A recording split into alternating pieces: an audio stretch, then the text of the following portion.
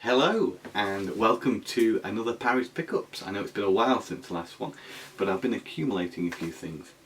And you may notice that in totally different surroundings, I'm actually back in the UK.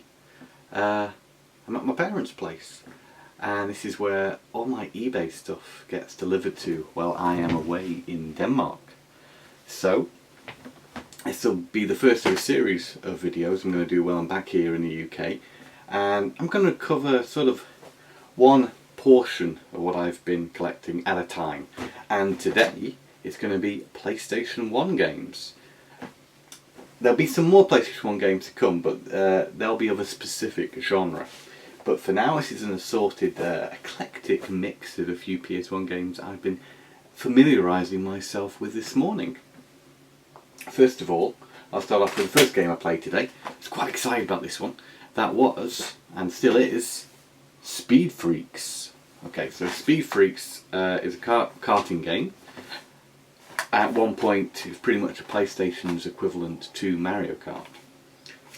What do I think of it, you may ask? Well, you know, I think it's rather difficult.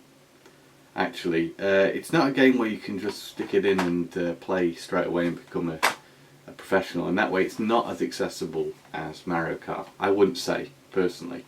I was, however, playing with digital and not analog control because when I started playing this morning I didn't realise you had to go into a separate menu on the PS3, which is what I'm playing it on, to set control to analog. So maybe it would have been a bit more easy with analog control. But what it does have going for it is really beautiful visuals. This is some of the most colourful, fun graphics on the PS1.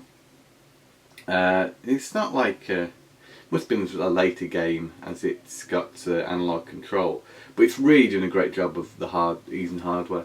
I'd say, you know, it's maybe comparable to Apescape, perhaps, in terms of the vibrancy of the colour and such. Characters I'm not so sure on, to be honest. You can see a few of them on the box there. Some of the character designs are a bit, I'd say, unpleasant on the eye, but you know, it's all very well animated and such. One thing disappointing me was when you select your character, you've got really no idea of their stats from, at least in game. I don't know if it tells you more in the manual, but here's some of these characters. A little bit like Rayman-esque things, but with some of them really ugly faces. But maybe get it, yeah. Read the manual if you want to know about the stats for all the racers. I guess I'm just in the habit nowadays of not reading manuals. Anyhow, use it, sports and multi-tap as well, 4-player. Possibly a better multiplayer game than it is single-player game, but it's one you have to spend a little bit of time adjusting to the handling. So that's Speed Freaks. Moving swiftly on to a game which isn't so good, and this was Shaolin. Don't buy this, even though it's made by, I think, Polygon Magic, who, if I'm right, if my memory serves me right, they did Tobal number 1 and 2, two very great fighting games available for the PS1.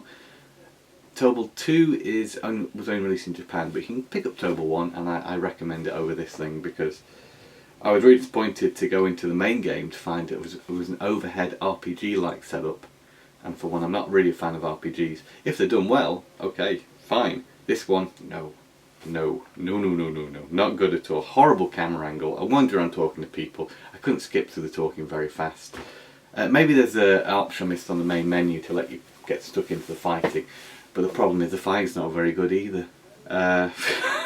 It's really quite disappointing. It's not responsive. You press a button and it will take a couple of seconds. Well, let's say a second to move to register. Just don't buy it. It's not very good. I collect fighting games for the PlayStation, and I kind of, when I initially went into it, I was collecting the good games. I do my research first, and then I'm at a point now where I feel like I've got probably all the really good fighters, and I'm picking up a few odds and ends here and there. Yeah, and this is one of the bad ones. Don't bother with it. Moving on from that one. I played this next. This is a double pack. This is Porsche 2000, Need for Speed, Porsche 2000, and Moto Racer 2. Now, okay, so these are both two very nice looking games. I played Need for Speed first, and yeah, games have come a long way. It does look really nice for a PS1 game, but the handling, it was okay, but it didn't feel very responsive again. Braking felt like it took a lot of time. Also, the track design was a little bit infuriating. If you hit an obstacle at the side of the track, that's it. It's like hang on in that respect. It's over, you've got to restart the race, which is quite frustrating. Motor Racer 2 fares a little bit better. It's very fast, and maybe at this point I was seeing the benefits of using the analog control because I found out where to turn it on. So yeah, it's fun, fast, challenging. It's definitely a challenging game, but one thing that really is bad about Motor Racer 2 are the load times, unfortunately. Really bad load times on this. They kind of spoil what could be a rather good game. There's also a track editor on it, believe it or not. So, not bad. If after a motorcycling game on PS1, maybe pick that up. Porsche looks fantastic, but there are better driving games out there. Next up, we'll do... Oh, Lucky Luke. Don't buy it. Horrible game. If you see this game, just don't pick it up. It's some sort of pseudo 2D platformer thing with really frustrating controls, very stiff. The platforming has a really strange logic to it and doesn't quite work as you'd expect it. It's not a very user-friendly type game. Really flawed. It's not good. It does say on the back, experience the first and fastest 3D cowboy adventure in the West. It's not fast. It's not fast at all. It's bad. Don't bother with it. I got this as part of a bundle. The game I actually wanted in the bundle was this one here, which I'll talk about now. Alien Resurrection. Okay. Not spent a lot of time with this, but it's very atmospheric. It does recommend at the start of the game to play with the lights out. Which I can see the advantage of that. Really great, kind of feels like one of them walk through horror type experiences. You may go to a theme park or something. You'll be walking through the scripted events and things, and it creates a lot of atmosphere. Really nice detailed graphics as well. Also add to that atmosphere.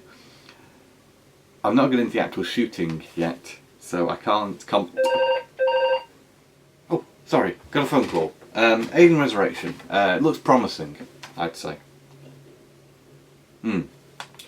Happy with that one. Okay, this is the Midway Arcade Party Pack. I bought this because, how about some Midway Arcade goodness on the PS1? And it's got a fantastic version of Smash TV. You can exit out of the games back to the main menu really easy, which is perfect. You need that in these sort of compilations.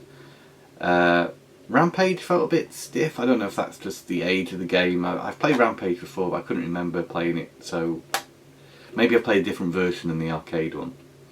There was something really weird on Super Sprint where the bottom of the screen was stretched, something in emulation gone terribly wrong, which seemed really lazy.